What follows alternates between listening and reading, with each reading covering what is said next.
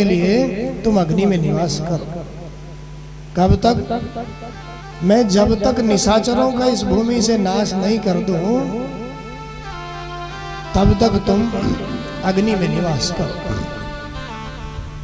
लखन लाल ने भी ये मर्म नहीं जाना, उनको भी कंदमूल फल लेने के लिए भेज दिया,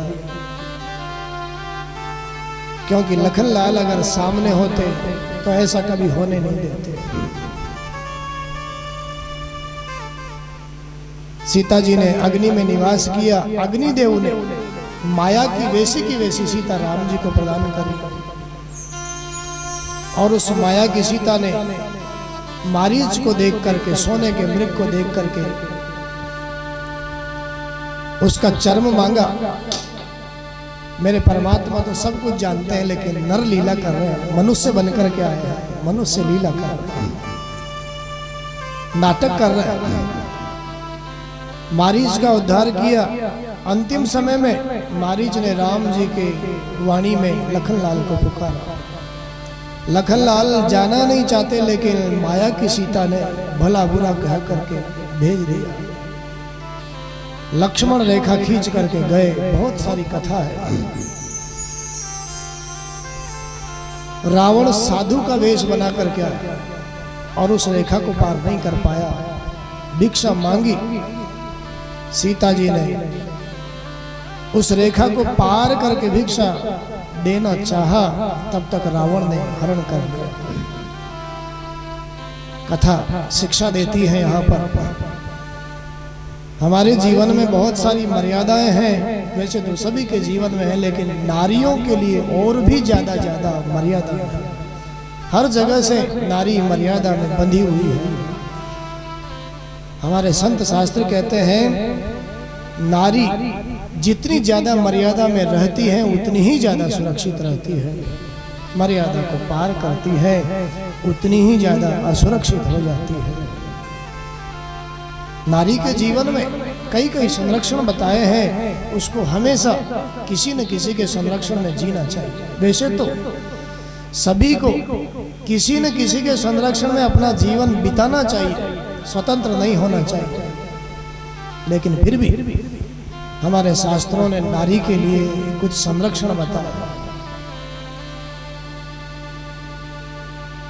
जब तक वह कुंवारी है तब तक पिता के संरक्षण में उसको जीवन जीना चाहिए, ये उसका धर्म है। विवाह होने के बाद में पति के संरक्षण में उसको जीवन जीना चाहिए, और फिर पति नहीं रहे उसके बाद पुत्र के संरक्षण में उसको जीवन जीना चाहिए। वैसे तो हम सबको ही अपना जीवन ठाकुर जी के संरक्षण में जीना चाहिए, स्वतंत्र नहीं जीवन जीना चाहिए।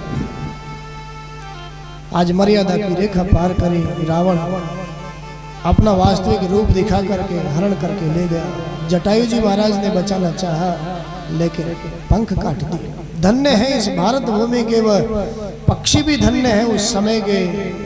कहाँ तक वर्णन करें उनकी दयालुता का, सहानुभूति का। आज दूसरे देश का आतंकी राजा हमारे देश की बहू का हरण करके ले जा रहा है। अपने प्राण न्यौछावर कर दिए भले ही, लेकिन घर में नहीं घुसे, कायरता नहीं दिखाई, डट करके मुकाबला किया। धन्य इस प्राचीन भारत के पक्षियों को धन्य है, पशुओं को धन्य है।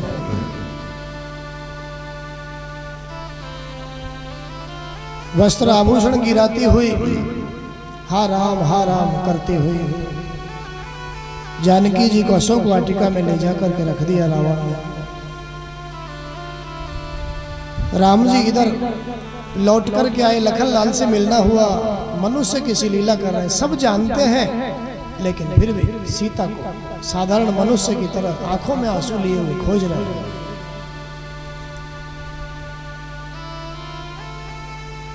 हनुमान जी महाराज के द्वारा सुग्रीव जी से मित्रता हुई, अग्नि के समक्ष मित्रता करी, कबंध का उद्धार किया। बीच में सबरी माँ जो रास्ता बुहार रही थी,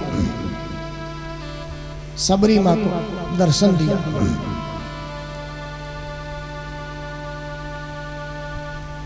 बहुत सारे आश्रम वहां पर हैं, पंपा सर पर बहुत सारे आश्रम, और सबने अपने अपने आश्रमों को सजाया है। आज ब्राह्मणों ने, ऋषियों ने, मुनियों ने, ज्ञानियों ने, आज राम आएंगे हमारे घर में आए, हमारे घर में आए।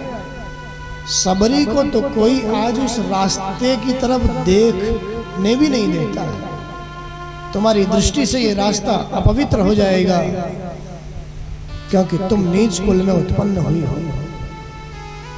आज हमारे राम आएंगे, इस रास्ते में दिखाई मत देना।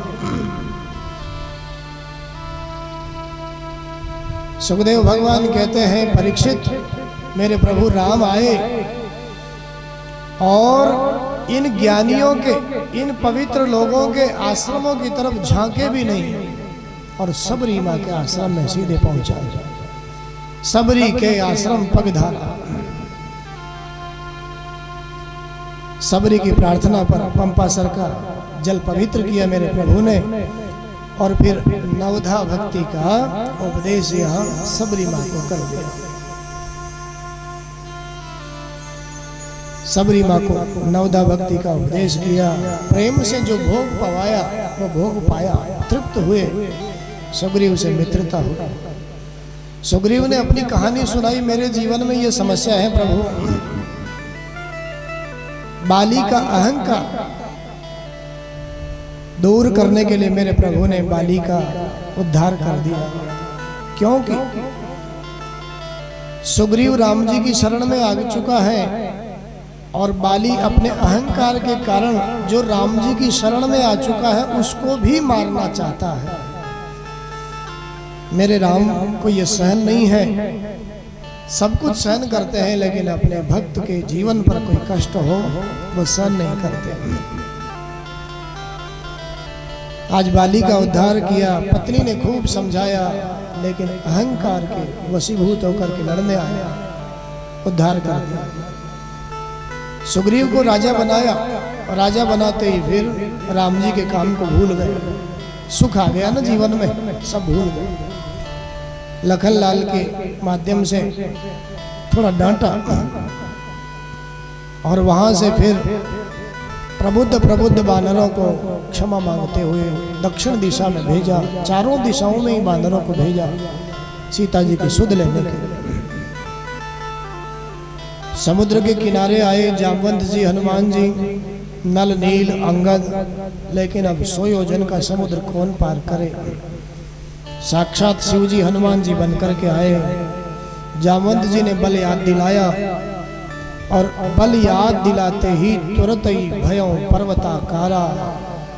जिस पर्वत से छलांग लगाई वो पर्वत ही पाताल को चला गया। बोलिए हनुमान जी महाराज की। एक ही छलांग में सुरसा की परीक्षा में पास होते हो, सिंगिका का वध करते हुए लंकिनी को शिक्षा देते हुए लंका में प्रवेश किया, और अशोक वाटिका में विभीषण जी के माध्यम से सब जगह देखा, लेकिन सीता जी कहीं दिखाई नहीं दी। विभीषण जी के घर को देखा। रामायुधयं कित गृह शोभा बरणी न जा,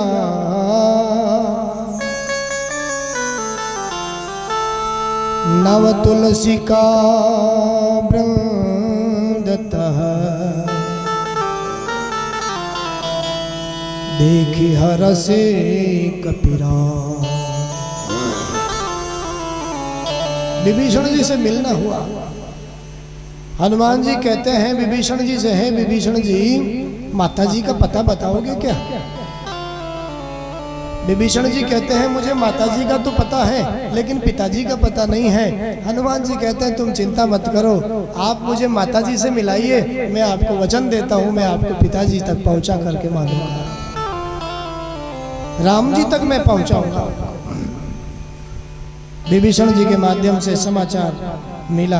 अशोक वाटिका में जाकर के सीता जी को विश्वास दिलाते हुए राम जी ने जो मुद्रिका दी, मुद्रिका सौंपी, और फिर फल फूल खाने के बहाने से अशोक वाटिका को उजाड़ा।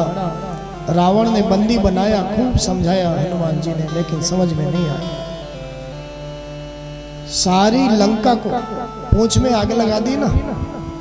अब उसको क्या पता बेचारे को कि पूंछ कौन है, वो तो साधारण पूंछ समझ रहा है। सारी लंका जल गई उसकी, तेल रुई कपड़े सब लपेट दिया, पूंछ में आग लगा दी। उसको क्या पता ये पूंछ कौन है, वो तो साधारण पूंछ समझ रहा है। पूंछ में तो पार्वती है ना, पार्वती। शिव जी हनुमान जी बनकर के आए तो पार्वती जी उनकी पूंछ बनकर के आई है। पार्वती जी तो वैसे ही नाराज हो रही थी पहले ही रावण से, क्योंकि अपने लिए शायद लंका बनवाई और रावण गृह प्रवेश करवाने के लिए आया और दक्षिणा में उस लंका को ही मांग करके ले गए। तो पार्वती जी तो वैसे ही नाराज थी पहले से ही। आज आग और लगवा दी, जिस पूंछ में पार्वती है उसमें आग लगवा दी। सारी की सारी सोने की लंका जल करके राख हो गई। नहीं तो कहीं सोना कोई आग से जलता है क्या? सोने को तो जितना आग में तपाओ उतना ही निखरता है, लेकिन ये तो लंका सोने की जल गई सारी। सोने की लंका जला करके आज चूड़ामणि लेकर के पूंछ बुझा करके आए। राम जी ने उठा करके गले से लगाया। बानरी सेना को इकट्ठा करके समुद्र पे पुल बनाया गया और फिर सारी सेना लंका में आई। रामेश्वर की स्थापना हुई। रामेश्वर की स्थापना हुई, लंका में आए। रावण भी कितना समझदार, भगवान का द्वारपाल, बैकुंठ का द्वारपाल है, सब मालूम है मेरे परमात्मा मेरा उद्धार करने के लिए आए। 1 लाख पूत 1.25 लाख नाती, मेरा तो उद्धार करने मेरे भगवान आए ही हैं, लेकिन मेरे परिवार के लोग जिनका खान पान ठीक नहीं है, जिनका रहन सहन ठीक नहीं है, जिनकी बोली भाषा ठीक नहीं है, इनका उद्धार कैसे होगा? आज पहले सबको आगे किया और एक एक करके बेटों को, पोतों को, भाइयों को राम जी के हाथों उनकी दृष्टि पड़ती है, राक्षसों को, परिवार के लोगों का उद्धार करवा दिया। मेघनाद के माध्यम से लखनलाल को शक्ति लगी। हनुमान जी महाराज संजीवनी बूटी लेकर के आए और लखनलाल के द्वारा मेघनाद का भी उद्धार हुआ। अंत में सबका उद्धार करवाने के बाद रावण भी भगवान के बाण रूपी विमानों पर बैठ करके भगवान के धाम बैकुंठ को पधारा। बोलिए भक्तवत्सल भगवान की। देखने के लिए सीता जी की अग्नि परीक्षा हुई। विभीषण जी को पहले ही राजा बना चुके हैं, देखने के लिए अग्नि परीक्षा है। लेकिन अग्निदेव को जो असली सीता सौंपी थी राम जी ने, वो सीता तो वापस चाहिए ना आज। अब भूमि का भार दूर हो गया, लौट करके आए पुष्पक विमान में। अयोध्या वासियों ने आज भरत जी महाराज लौटाने के लिए गए थे, लेकिन नहीं आए, नंदीग्राम में रहते हैं। आज भरत जी के जीवन में, अयोध्या वासियों के जीवन में इतना आनंद है। 14 वर्षों में जितने जितने दिन बीते, उतने उतने दीपक अपने अपने घरों में जलाए लोगों, दीप मालाएं बना दी। राम जी के आगमन की खुशी में लोगों ने दीपावली मनाई। और फिर वशिष्ठ जी महाराज ने आते ही दूसरे दिन फिर राज तिलक करके राम जी को राजा बना दिया और सीता जी को महारानी बना दी। अवध के वासी इस झांकी को देख करके बड़े आनंदित हैं। आनंदित होकर के सब इस झांकी को देख करके गा रहे हैं। सीताराम जी की प्यारी राजधानी लागे, राजधानी लागे, माने मीठो मीठो सरजू जी को पानी लागे। राम जी की प्यारी राजधानी लागे, राजधानी लागे, माने प्यारो प्यारो सरजू जी को पानी लागे।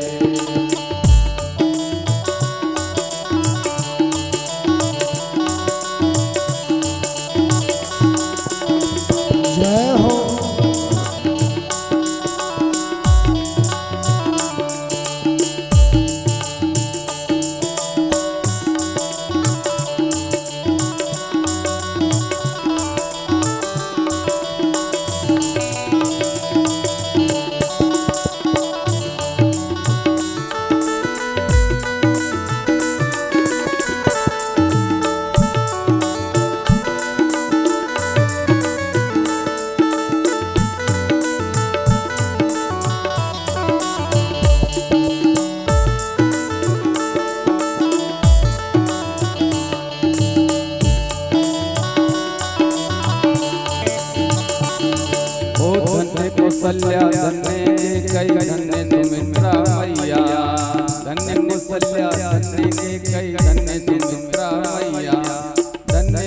दशरथ के अंगना खेलत चारो भैया, धन्य भूप दशरथ के अंगना खेलत चारो भैया।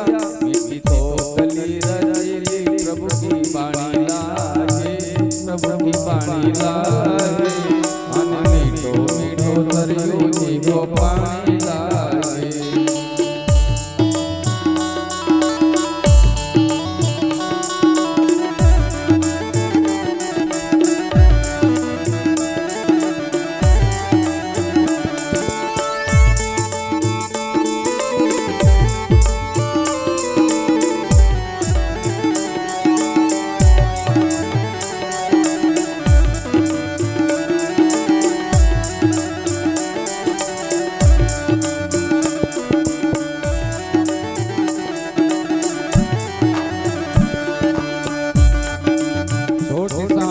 रंगमल हनुमान गढ़ी अति सुंदर, छोटी छावनी रंगमल हनुमान गढ़ी अति सुंदर।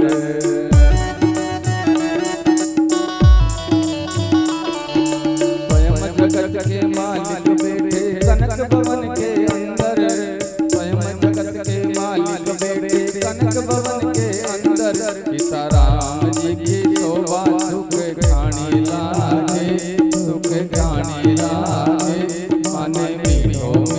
सरयू जी को पानी लागे, सीताराम जी की प्यारी राजधानी लागे, राजधानी लागे। मन मीठो मीठो सरयू जी को पानी लागे।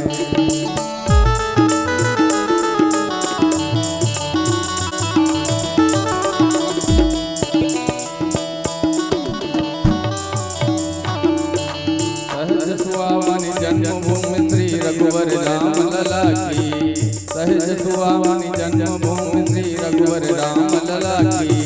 जानकी महल की सुंदर शोभा लक्ष्मण जी के किला की, जानकी महल की सुंदर शोभा लक्ष्मण जी के किला की। अनया की कण कण कण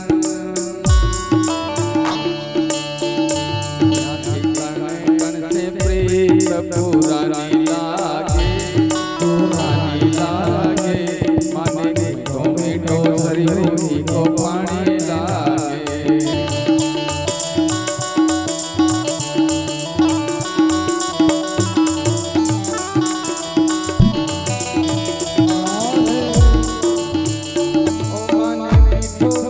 सरयू जी को पानी लागे, ओ मन मीठो मीठो सरयू जी को पानी लागे। सीताराम जी की प्यारी राजधानी लागे, राजधानी लागे।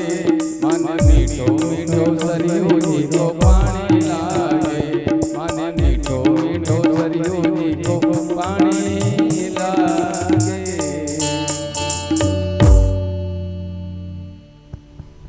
बोलिए भक्तवत्सल भगवान की जय हो। राम जी की कथा सुना रहे हैं सुखदेव भगवान। वशिष्ठ गुरुदेव ने तिलक किया, आगे फिर ऐसा वर्णन है। वैसे भागवत जी में तो बहुत संक्षिप्त कथा है राम जी की। वाल्मीकि आश्रम में फिर लव कुश का जन्म हुआ, 2 बेटे हुए। सुखदेव भगवान कहते हैं सभी के, चारों भाइयों के 2-2 बेटे हुए। और मेरे प्रभु राम ने चारों भाइयों के 2-2 बेटों को एक-एक दिशा का राज्य दे दिया। और 13,000 वर्षों तक इस धरती पर राज्य प्रशासन करके अपने भक्तों को अपने साथ में अंत में साकेत लेकर के चले गए। बोलिए सियावर रामचंद्र भगवान की जय हो। परीक्षित महाराज ने कहा गुरुदेव, चाहे आपने छोटे रूप में सुनाई राम जी की कथा, लेकिन बहुत अच्छा लगा। संक्षिप्त में ही आपने सुनाया, लेकिन मुझे अच्छा लगा। अब मैं चंद्रवंश का वर्णन सुनना चाहता हूं। सूर्य वंश के प्रतापी राजाओं का वंश तो मैंने सुन लिया, अब मैं चंद्र वंश का वर्णन सुनना चाहता हूँ। सुखदेव भगवान कहते हैं परीक्षित से, राजन चंद्र वंश भी बड़ा पावन है भैया। अथातः श्रूयताम राजन वंशः सोमस्य पावना यस्मिन्नैलादयो भूपाः कीर्त्यन्ते पुण्यकीर्तयः। भैया चंद्रवंश भी बड़ा पावन वंश है। ब्रह्मा जी महाराज परमात्मा के नाभि कमल से प्रकट हुए और ब्रह्मा जी के मानसिक सृष्टि में उनकी आंखों से एक बेटा पैदा हुआ जिसका नाम अत्रि ऋषि। और इन्हीं अत्रि ऋषि के यहाँ माँ अनसुया के माध्यम से, कौन नहीं जानता इनको, एक बेटा हुआ जिसका नाम चंद्रमा। यहीं से चंद्रवंश प्रारंभ हुआ। वैसे तो तीनों देवताओं से 3 बेटे हुए। भगवान शिव के आशीर्वाद से अत्रि ऋषि के यहाँ दुर्वासा जी प्रकटे और ब्रह्मा जी के अंश से आशीर्वाद से चंद्रमा पैदा हुए अत्रि ऋषि के यहाँ, और भगवान नारायण के अंश से दत्तात्रेय जी महाराज प्रकट हुए। अत्रि मुनि के चंद्रमा हुए और चंद्रमा के बुध, बुध के ही आगे पुरुरवा हुए जिनको हम ऐल भी कहते हैं। उर्वशी अप्सरा के माध्यम से इन पुरुरवा के 6 बेटे पैदा हुए। आयु, श्रुतायु, सत्यायु, राय, विजय और जय। इन्हीं ऐल के वंश में, पुरुरवा के वंश में गाधी महाराज का जन्म हुआ। चंद्रवंशीय क्षत्रिय है ये। गाधी महाराज के कोई बेटा नहीं है, एक बेटी है जिसका नाम सत्यवती है। श्याम कर्ण के 1000 घोड़े पारितोषिक में लेकर के सत्यवती का विवाह ऋचिक मुनि के साथ में गाधी महाराज ने कर दिया। ऋचिक मुनि आयुर्वेद के ज्ञाता है, वैद्य है, औषधियों के जानकार।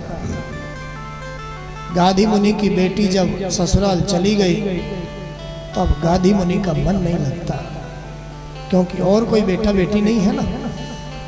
गाधी मुनि ने अपनी पत्नी से कहा, देवी हमारे जो जमाई जी हैं वो औषधियों के जानकार हैं, इसलिए उनसे कहो ना हमारे लिए कोई औषधि, आपके लिए कोई औषधि बनावे जिससे हमारे कोई संतान हो जाए। कन्या तो ससुराल चली गई। गाधी मुनि के जामाता जवाई ऋचिक मुनि ने 2 तरह की दवाइयां बनाई। एक तो सासू जी के लिए बनाई संतान होने के लिए, और एक अपने लिए बनाई। लेकिन माता जी को ऐसा लगा कि बेटी के लिए जवाई जी ने अच्छी दवाई बनाई हो शायद, इसलिए बेटी की दवाई सासू जी ने खा ली और सासू जी की दवाई बेटी ने खा ली। इसलिए इन दोनों के यहाँ पुत्र हुए, लेकिन विपरीत स्वभाव वाले बेटे हुए। गाधी मुनि के यहाँ बेटा हुआ, वह क्षत्रिय होते हुए भी ब्राह्मण जैसा हुआ। उसका नाम विश्वामित्र। कौन नहीं जानता विश्वामित्र जी को। और ऋचिक मुनि के यहाँ जो बेटा हुआ उसका नाम हुआ जमदग्नि। बोलिए भक्तवत्सल भगवान की जय हो। फिर इन्हीं जमदग्नि ऋषि के यहाँ फिर रेणुका माँ के माध्यम से भगवान नारायण ने अवतार लिया, जिस अवतार का नाम परशुरामा था। नाम तो वैसे राम है, लेकिन परशु हाथ में है, इसलिए परशुराम के नाम से जानते हैं। पिताजी के इतने भक्त हैं परशुराम जी महाराज। एक बार इनकी माताजी जल लेने के लिए गई। ऐसे भक्त हैं पिताजी के। माँ जल लेने के लिए गई, किसी गंधर्व का विहार देखने लग गई और योग बल से जमदग्नि ऋषि ने ये सब देख लिया, मेरी संध्या पूजा का समय निकला जा रहा है और ये किसी गंधर्व का विहार देख रही है। वहां पर घर में आते ही परशुराम जी के भाइयों को कहा, तुम्हारी माँ का गला काट दो, ये मेरा आदेश है, इसने अपराध किया। और भाइयों ने तो ये काम साहस नहीं कर पाए। परशुराम जी से जब कहा जमदग्नि ऋषि ने, तो परशुराम जी महाराज ने पिता के आदेश को सर्वोपरि मानते हुए, पिता के प्रभाव को जानते हुए अपने फरसे से माँ का गला काट दिया। जमदग्नि ऋषि प्रसन्न हो गए, बेटा तुमने मेरी आज्ञा का उल्लंघन नहीं किया, स्वीकार किया, मैं तुम पर प्रसन्न हूं, वरदान मांगो, क्या चाहिए। परशुराम भगवान ने कहा, हे पिताजी यदि आप मुझ पर प्रसन्न हैं तो मेरी माँ वापस जीवित हो जाए, बस मुझे यही वरदान चाहिए। और मेरी माँ और भाइयों को सपने में भी ये बात मालूम नहीं चले कि मैंने इनका गला काटा। प्रभाव को जानते थे अपने पिताजी को, योग बल के द्वारा पिताजी ने आशीर्वाद दिया, माँ जीवित हो गई। एक बार है वंशी एक कार्तवीर्य नाम का, सहस्रार्जुन नाम का राजा जमदग्नि ऋषि के आश्रम में आया, बहुत सारी सेना लेकर। जमदग्नि ऋषि गौ माता की सेवा करते हैं, राजा की सारी सेना और राजा का स्वागत गौ माता की कृपा से अच्छे से अच्छा कर दिया जमदग्नि ऋषि ने। राजा ने सोचा, ये गाय माता तो जो मांगते हैं वही देती हैं, ऐसी गाय को तो मेरे यहाँ होना चाहिए, ये बाबा के यहाँ क्या करती है गाय।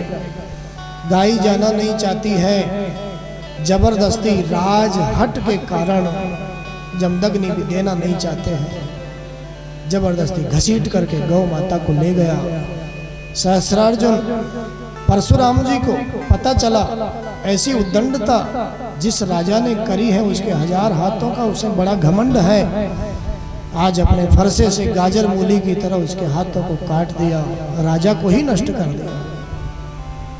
जिसने गौ माता का अपराध किया, एक ऋषि का, महात्मा का अपराध किया, ब्राह्मण का, राजा का ही उद्धार कर दिया।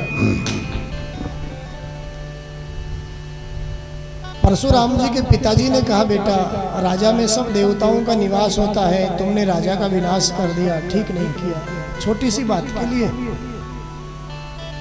तो क्या करूं पिताजी, अब जो हो गया वो तो हो गया, इसके प्रायश्चित के लिए क्या करूं।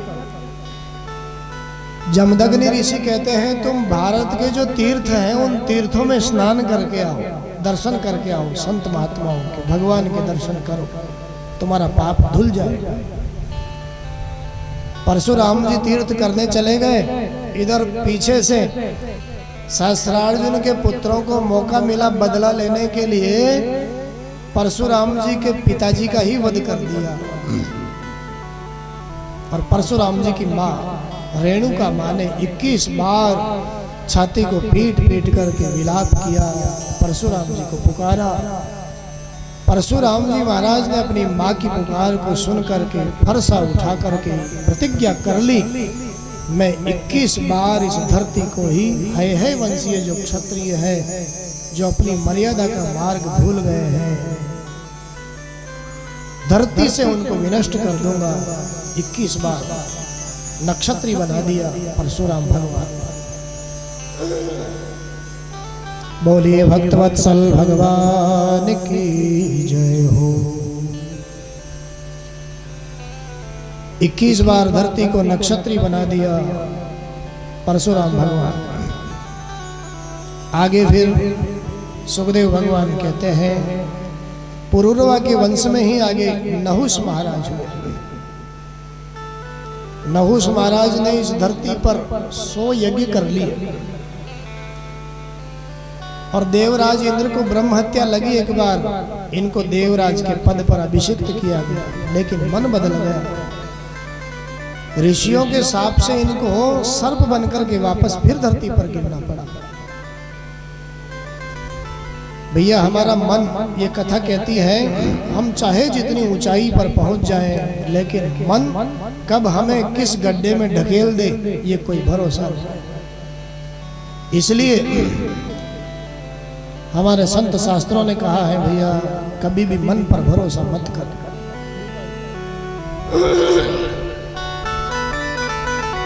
मन पर भरोसा मत कर।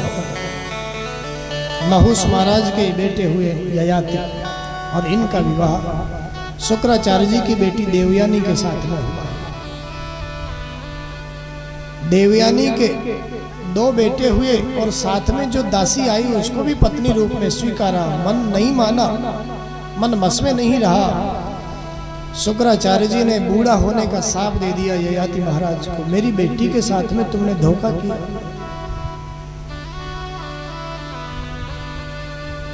ययाति महाराज ने कहा, महाराज आपने बूढ़ा होने का शाप तो दे दिया, लेकिन संसार के भोगों से मेरी विरक्ति अभी नहीं हुई।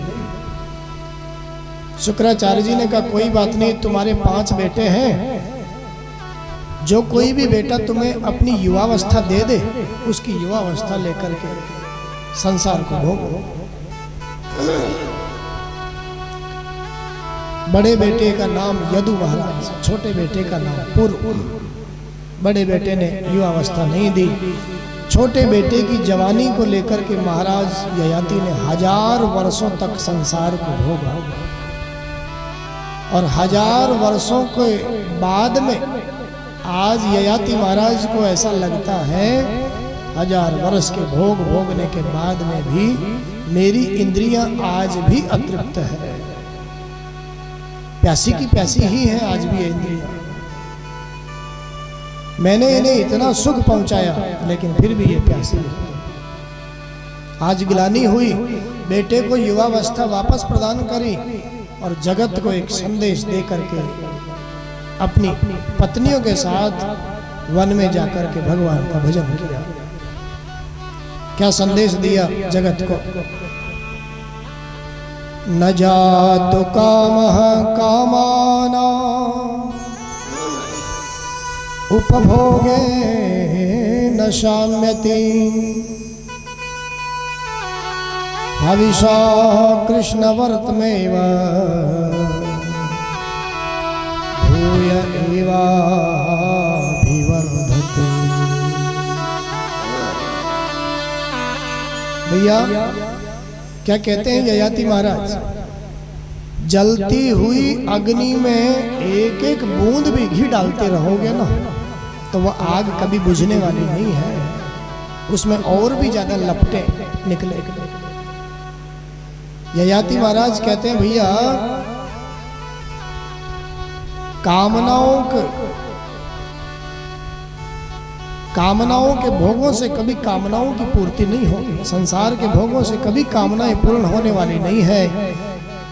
जितना सुख वैभव कामनाओं को भोगना चाहोगे, कामनाएं उतनी और ज्यादा भड़कती चली जाएगी, शांत होने वाले नहीं।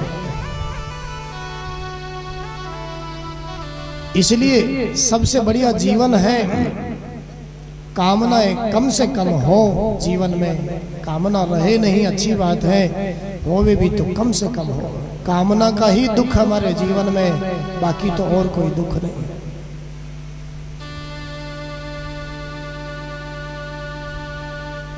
इन्हीं के वंश में छोटे बेटे को राजगद्दी पर बिठाया। पुरु के वंश में फिर दुष्यंत महाराज हुए, जिनके भरत जैसे बेटे हुए। इसी वंश में आगे चल करके फिर भरद्वाज जैसे राजा, रंतिदेव जैसे राजा, बड़े बड़े प्रतापी राजा हुए। आगे फिर कई कई शाखाएं हो गई इस वंश की। 5 बेटे हैं, 5 के अलग अलग वंश हुए। बड़े बेटे यदु महाराज के वंश में आगे चल करके एक वंश में 9 नंद हुए, जो गोकुल में रहते हैं आजकल। और एक राजा इसी वंश में आगे हुए, जिनका नाम सूरसेन।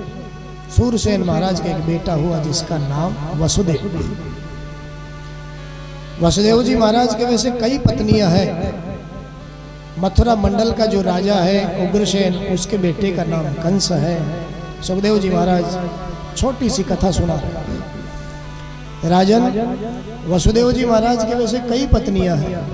कंस ने बहुत अत्याचार किया, वेद पर, धर्म पर, संतों पर, गौ माताओं पर, धरती पर बहुत अत्याचार किया।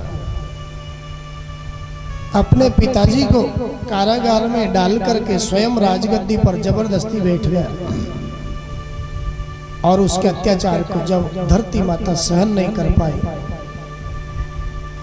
ब्रह्मा जी की शरण में गई। ब्रह्मा जी महाराज ने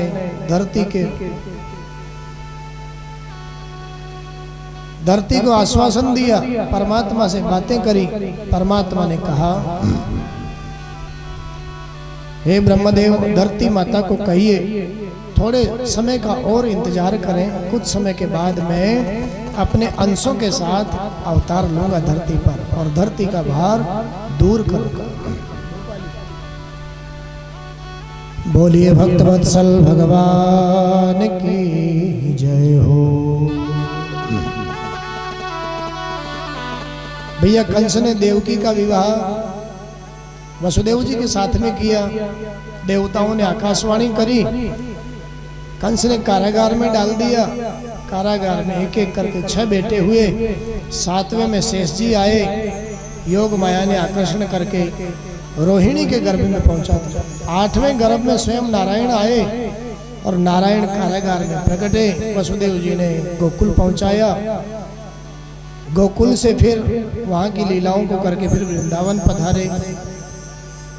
सुखदेव भगवान कहते हैं वृंदावन से फिर मथुरा, मथुरा से गुरुकुल, गुरुकुल से फिर द्वारिका और द्वारिका में 16,108 विवाह भगवान के हुए। अंत में अपने लंबे चौड़े परिवार को धरती का भार समझ करके उसका भी अंत करवा करके भगवान अपने गोलोक धाम को पधारे। ऐसी छोटी सी कथा सुखदेव जी महाराज ने सुनाई। लेकिन परीक्षित महाराज कहते हैं, गुरुदेव, आपने राम जी की कथा छोटे रूप में सुनाई, मैंने सुना, लेकिन मैं कृष्ण की कथा कैसे छोटे रूप में सुन सकता हूँ? जो मेरे स्वयं के रक्षक, जो मेरे खानदान के रक्षक, मेरे बाबा पांडवों के रक्षक, उनकी कथा में छोटे रूप में कैसे सुन? आप तो सुनाइए विस्तार से। सुखदेव भगवान कहते हैं, राजन, मैंने सोचा तुमको आज 5 दिन से कथा सुन रहे हो ना, मैंने सोचा तुम्हें भूख प्यास लगी होगी, इसलिए थोड़ा जल पी लो, थोड़ा कुछ खा लो। सज्जनों, जैसे हमारी कथा यहाँ पर हमारी तुम्हारी कथा हो रही है ना, ऐसे कथा उनकी नहीं हुई। हमारी कथा तो यही है, 10:30 बजे से 1 बजे विश्राम हो जाता है और फिर 2 बजे के बाद से फिर 5 बजे विश्राम हो जाता है। सुखदेव जी महाराज और परीक्षित की कथा तो इस तरह से हुई। 6 बजे एक प्रसंग पूरा हुआ, शाम को 6 बज करके 1 सेकेंड पर दूसरा प्रसंग वापस प्रारंभ हो गया। 7 दिन तक न राजा ने आसन बदला, न गुरुजी ने आसन बदला, न राजा ने कुछ खाया पिया, न गुरुजी ने कुछ खाया पिया। आज गुरुदेव कहते हैं, राजन, कई दिन से तुम कथा सुन रहे हो, कुछ जलपान कर लो भैया। परीक्षित महाराज कहते हैं, गुरुदेव, मुझे भूख नहीं लगती, मुझे प्यास नहीं लगती। क्यों? क्योंकि आपके चंद्रमा रूपी मुखारविंद से अमृत रूपी एक कथा का अमृत बरस रहा है। इसको पान कर कर करके मैं तो अघा रहा, मेरा पेट भर जा रहा। आप तो सुनाइए गुरुदेव। विस्तार से सुनाया और कहा, भैया, ब्रह्मा जी महाराज ने धरती को आश्वासन दिया, कंस का अत्याचार इधर है।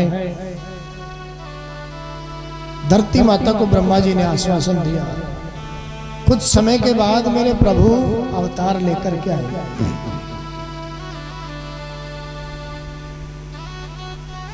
कंस ने बहुत अत्याचार कर लिया। अब मन में सोच रहा है कुछ ऐसा काम भी करूं जो लोग मुझे धर्मात्मा समझे। काका जी जो देवक है, उनकी बेटी देवकी का विवाह धूमधाम से वसुदेव जी महाराज के साथ में कर दिया। वसुदेव जी महाराज और देवकी को विदा कर रहा था, तभी देवताओं ने आकाशवाणी कर दी, अरे कंस, जिस देवकी बहन को आज खुशी खुशी विदा कर रहा है, उसी देवकी के गर्भ से 8वां जो बालक होगा वो तेरा काल होगा, तेरा काल होगा। आकाशवाणी को सुना कंस ने, और आकाशवाणी को सुन करके रथ से नीचे कूद पड़ा। कंस मरना नहीं चाहता, देवकी मेरे काल को जन्म देगी। केस पकड़ करके खींच लिया,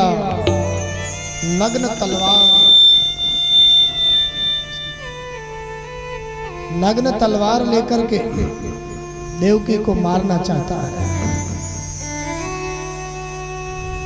वसुदेव जी महाराज पति हैं, वसुदेव जी ने कंस का हाथ पकड़ लिया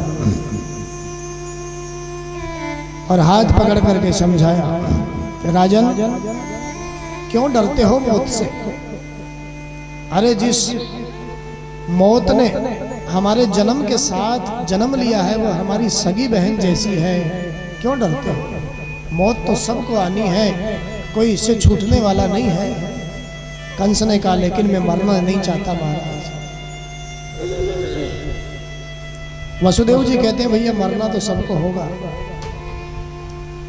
चाहे कितनी हिफाजत कर लीजिए, चाहे कितनी रखवाली कर लीजिए, जैसे जन्म सत्य है वैसे मृत्यु भी शाश्वत है, सत्य है, मरना तो होगा। वसुदेव जी महाराज ने समझदारी का परिचय देते हुए कहा, तुम्हें देवकी से तो कोई भय नहीं है, देवकी के पुत्रों से ही तो भय है ना। कोई बात नहीं है, मैं देवकी के एक एक पुत्र को ला करके तुम्हें सौंप दूंगा, मेरी बात का विश्वास करो, वचन देता हूं, लेकिन देवकी को मत मारो। कंस जानता है वसुदेव जी महाराज झूठ नहीं बोलते हैं, बचपन में साथ में रहता था, झूठ नहीं बोलते हैं।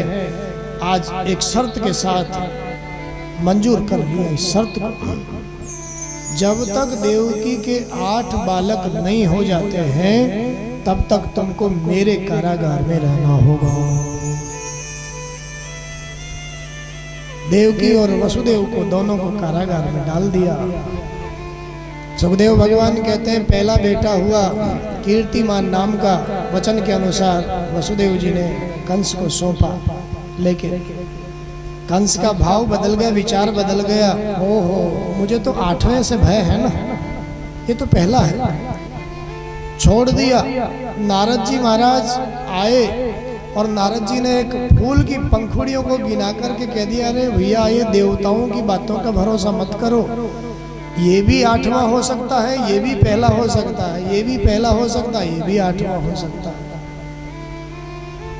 एक एक करके दुष्ट कंस ने 6 बालक मार डाले। 7वें गर्भ में अनंत भगवान शेष भगवान पधारे।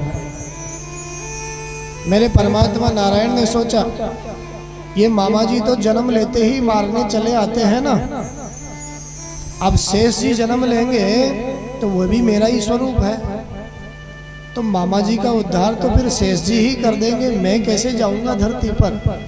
आज अपनी योग माया को आदेश किया, देवकी के 7वें गर्भ को तुम खींच करके वसुदेव जी की दूसरी पत्नी रोहिणी उसके गर्भ में स्थापित कर। योग माया ने कहा, महाराज मैं आपका काम करूंगी तो मुझे क्या मिलेगा?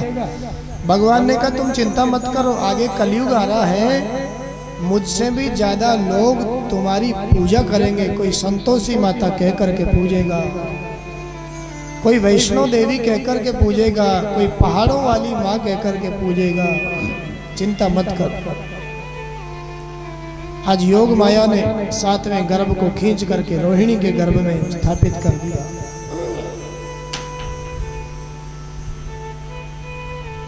आठवें गर्भ में स्वयं परमात्मा आए।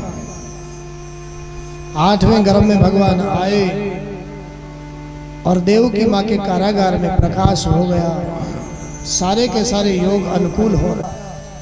परशुराम जी महाराज ने अपनी माँ की पुकार को सुन करके फरसा उठा करके प्रतिज्ञा कर ली, मैं 21 बार इस धरती को ही है वंशीय जो क्षत्रिय है, जो अपनी मर्यादा का मार्ग भूल गए हैं, धरती से उनको विनष्ट कर दूंगा। 21 बार नक्षत्री बना दिया परशुराम भगवान। बोलिए भक्तवत्सल भगवान की जय हो। 21 बार धरती को नक्षत्री बना दिया परशुराम भगवान।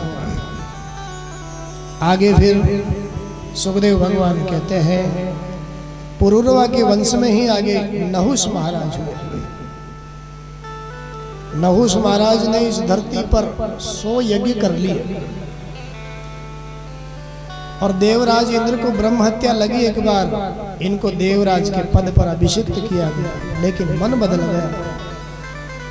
ऋषियों के शाप से इनको सर्प बनकर के वापस फिर धरती पर गिरना पड़ा। भैया हमारा मन, ये कथा कहती है, हम चाहे जितनी ऊंचाई पर पहुंच जाएं, लेकिन मन कब हमें किस गड्ढे में ढकेल दे ये कोई भरोसा नहीं। इसलिए हमारे संत शास्त्रों ने कहा है, भैया कभी भी मन पर भरोसा मत कर।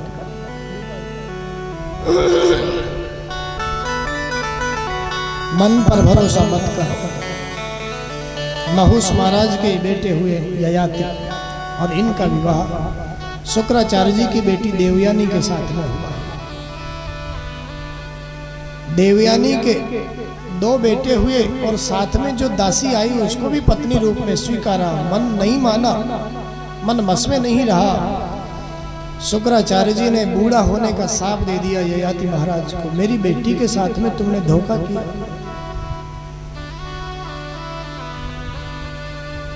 ययाति महाराज ने कहा, महाराज आपने बूढ़ा होने का शाप तो दे दिया, लेकिन संसार के भोगों से मेरी विरक्ति अभी नहीं हुई। शुक्राचार्य जी ने कहा, कोई बात नहीं, तुम्हारे 5 बेटे हैं, जो कोई भी बेटा तुम्हें अपनी युवावस्था दे दे, उसकी युवावस्था लेकर के संसार को भोगो। बड़े बेटे का नाम यदु महाराज, छोटे बेटे का नाम पूर्व। बड़े बेटे ने युवावस्था नहीं दी, छोटे बेटे की जवानी को लेकर के महाराज ययाति ने 1000 वर्षों तक संसार को भोगा। और 1000 वर्षों के बाद में आज ययाति महाराज को ऐसा लगता है, 1000 वर्ष के भोग भोगने के बाद में भी मेरी इंद्रियां आज भी अतृप्त है। प्यासी की प्यासी ही है आज भी ये इंद्रियां। मैंने इन्हें इतना सुख पहुंचाया, लेकिन फिर भी ये प्यासी है। आज गिलानी हुई, बेटे को युवावस्था वापस प्रदान करी और जगत को एक संदेश दे करके अपनी पत्नियों के साथ वन में जाकर के भगवान का भजन किया। क्या संदेश दिया जगत को? न जातु कामः कामाना उपभोगे न शाम्यति हविषा कृष्णवर्तमेव भूय एवाभिवर्धते।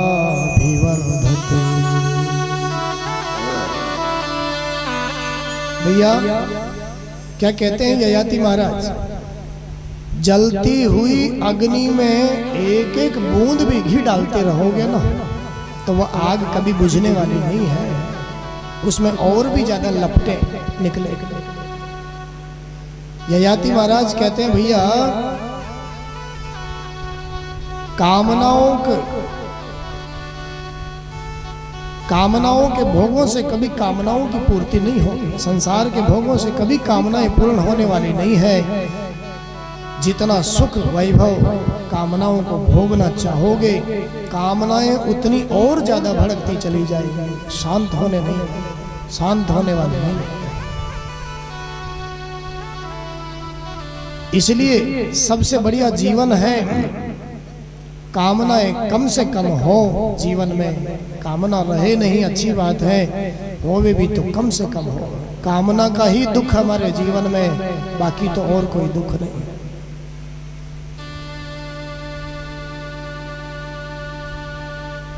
इन्हीं के वंश में छोटे बेटे को राजगद्दी पर बिठाया। पुरु के वंश में फिर दुष्यंत महाराज हुए, जिनके भरत जैसे बेटे हुए। इसी वंश में आगे चल करके फिर भरद्वाज जैसे राजा, रंतिदेव जैसे राजा, बड़े बड़े प्रतापी राजा हुए। आगे फिर कई कई शाखाएं हो गई इस वंश की। 5 बेटे हैं, 5 के अलग अलग वंश हुए। बड़े बेटे यदु महाराज के वंश में आगे चल करके एक वंश में 9 नंद हुए, जो गोकुल में रहते हैं आजकल। और एक राजा इसी वंश में आगे हुए, जिनका नाम सूरसेन। सूरसेन महाराज का एक बेटा हुआ, जिसका नाम वसुदेव। वसुदेव जी महाराज के वैसे कई पत्नियां हैं। मथुरा मंडल का जो राजा है उग्रसेन, उसके बेटे का नाम कंस है। सुखदेव जी महाराज छोटी सी कथा सुना रहे हैं। राजन, वसुदेव जी महाराज के वैसे कई पत्नियां हैं। कंस ने बहुत अत्याचार किया, वेद पर, धर्म पर, संतों पर, गौ माताओं पर, धरती पर बहुत अत्याचार किया। अपने पिताजी को कारागार में डाल करके स्वयं राजगद्दी पर जबरदस्ती बैठ गया। और उसके अत्याचार को जब धरती माता सहन नहीं कर पाई, ब्रह्मा जी की शरण में गई। ब्रह्मा जी महाराज ने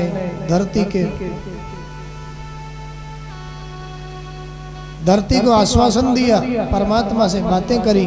परमात्मा ने कहा, हे ब्रह्मदेव, धरती माता को कहिए थोड़े समय का और इंतजार करें। कुछ समय के बाद मैं अपने अंशों के साथ अवतार लूंगा धरती पर और धरती का भार दूर करूंगा। बोलिए भक्तवत्सल भगवान की जय हो। भैया, कंस ने देवकी का विवाह वसुदेव जी के साथ में किया। देवताओं ने आकाशवाणी करी, कंस ने कारागार में डाल दिया। कारागार में एक एक करके 6 बेटे हुए। 7वें में शेष जी आए। योग माया ने आकर्षण करके रोहिणी के गर्भ में पहुंचा दिया। 8वें गर्भ में स्वयं नारायण आए और नारायण कारागार में प्रकटे। वसुदेव जी ने गोकुल पहुंचाया। गोकुल से फिर वहां की लीलाओं को करके फिर वृंदावन पधारे। सुखदेव भगवान कहते हैं वृंदावन से फिर मथुरा, मथुरा से गुरुकुल, गुरुकुल से फिर द्वारिका, और द्वारिका में 16,108 विवाह भगवान के हुए। अंत में अपने लंबे चौड़े परिवार को धरती का भार समझ करके उसका भी अंत करवा करके भगवान अपने गोलोक धाम को पधारे। ऐसी छोटी सी कथा सुखदेव जी महाराज ने सुनाई। लेकिन परीक्षित महाराज कहते हैं, गुरुदेव, आपने राम जी की कथा छोटे रूप में सुनाई, मैंने सुना, लेकिन मैं कृष्ण की कथा कैसे छोटे रूप में सुन सकता हूँ? जो मेरे स्वयं के रक्षक, जो मेरे खानदान के रक्षक, मेरे बाबा पांडवों के रक्षक, उनकी कथा में छोटे रूप में कैसे सुन? आप तो सुनाइए विस्तार से। सुखदेव भगवान कहते हैं, राजन, मैंने सोचा तुमको आज 5 दिन से कथा सुन रहे हो ना, मैंने सोचा तुम्हें भूख प्यास लगी होगी, इसलिए थोड़ा जल पी लो, थोड़ा कुछ खा लो। सज्जनों, जैसे हमारी कथा यहाँ पर हमारी तुम्हारी कथा हो रही है ना, ऐसे कथा उनकी नहीं हुई। हमारी कथा तो यही है, 10:30 बजे से 1 बजे विश्राम हो जाता है और फिर 2 बजे के बाद से फिर 5 बजे विश्राम हो जाता है। सुखदेव जी महाराज और परीक्षित की कथा तो इस तरह से हुई। 6 बजे एक प्रसंग पूरा हुआ, शाम को 6 बज करके 1 सेकेंड पर दूसरा प्रसंग वापस प्रारंभ हो गया। 7 दिन तक न राजा ने आसन बदला, न गुरुजी ने आसन बदला, न राजा ने कुछ खाया पिया, न गुरुजी ने कुछ खाया पिया। आज गुरुदेव कहते हैं, राजन, कई दिन से तुम कथा सुन रहे हो, कुछ जलपान कर लो भैया। परीक्षित महाराज कहते हैं, गुरुदेव, मुझे भूख नहीं लगती, मुझे प्यास नहीं लगती। क्यों? क्योंकि आपके चंद्रमा रूपी मुखारविंद से अमृत रूपी एक कथा का अमृत बरस रहा है। इसको पान कर कर करके मैं तो अघा रहा, मेरा पेट भर जा रहा। आप तो सुनाइए गुरुदेव। विस्तार से सुनाया और कहा भैया ब्रह्मा जी महाराज ने धरती को आश्वासन दिया, कंस का अत्याचार इधर है। धरती माता को ब्रह्मा जी ने आश्वासन दिया, कुछ समय के बाद मेरे प्रभु अवतार लेकर के आएगा।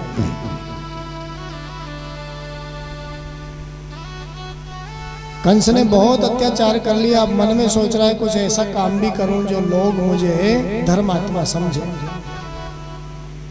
काका जी जो देवक है उनकी बेटी देवकी का विवाह धूमधाम से वसुदेव जी महाराज के साथ में कर दिया। वसुदेव जी महाराज और देवकी को विदा कर रहा था, तभी देवताओं ने आकाशवाणी कर दी, अरे कंस, जिस देवकी बहन को आज खुशी खुशी विदा कर रहा है, उसी देवकी के गर्भ से 8वां जो बालक होगा वो तेरा काल होगा, तेरा काल होगा।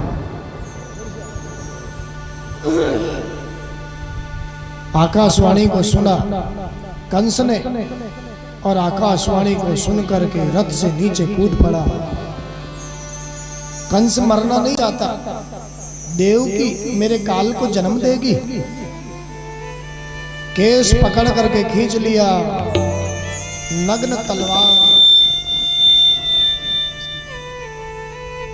नग्न तलवार लेकर के देवकी को मारना चाहता है।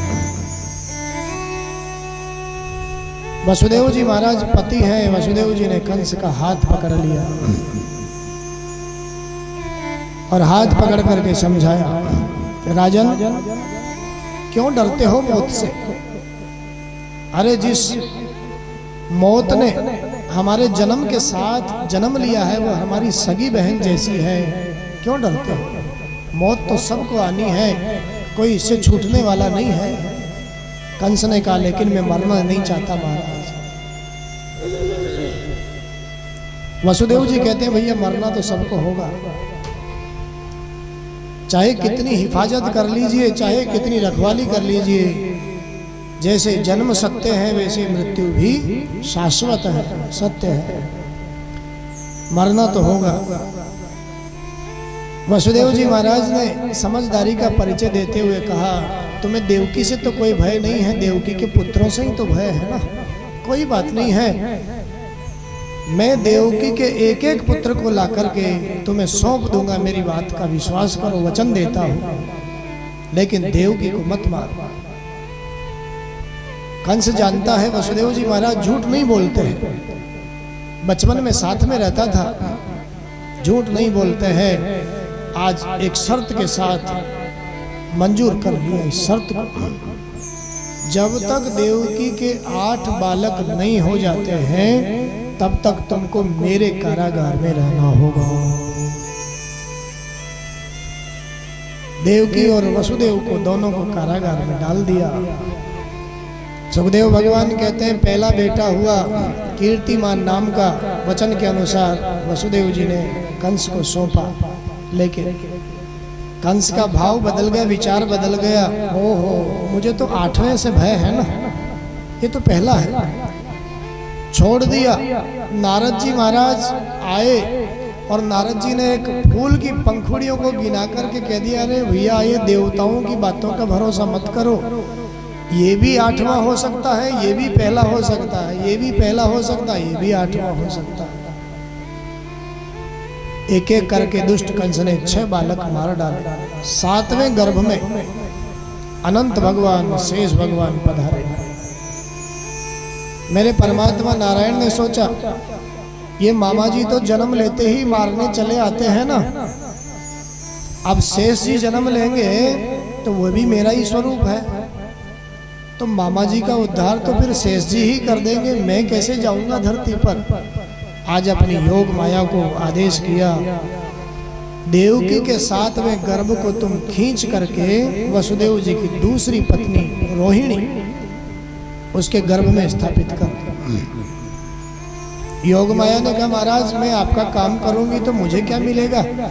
भगवान ने कहा तुम चिंता मत करो, आगे कलयुग आ रहा है, मुझसे भी ज्यादा लोग तुम्हारी पूजा करेंगे। कोई संतोषी माता कह करके पूजेगा, कोई वैष्णो देवी कह करके पूजेगा, कोई पहाड़ों वाली माँ कह करके पूजेगा। चिंता मत कर। आज योग माया ने 7वें गर्भ को खींच करके रोहिणी के गर्भ में स्थापित कर दिया।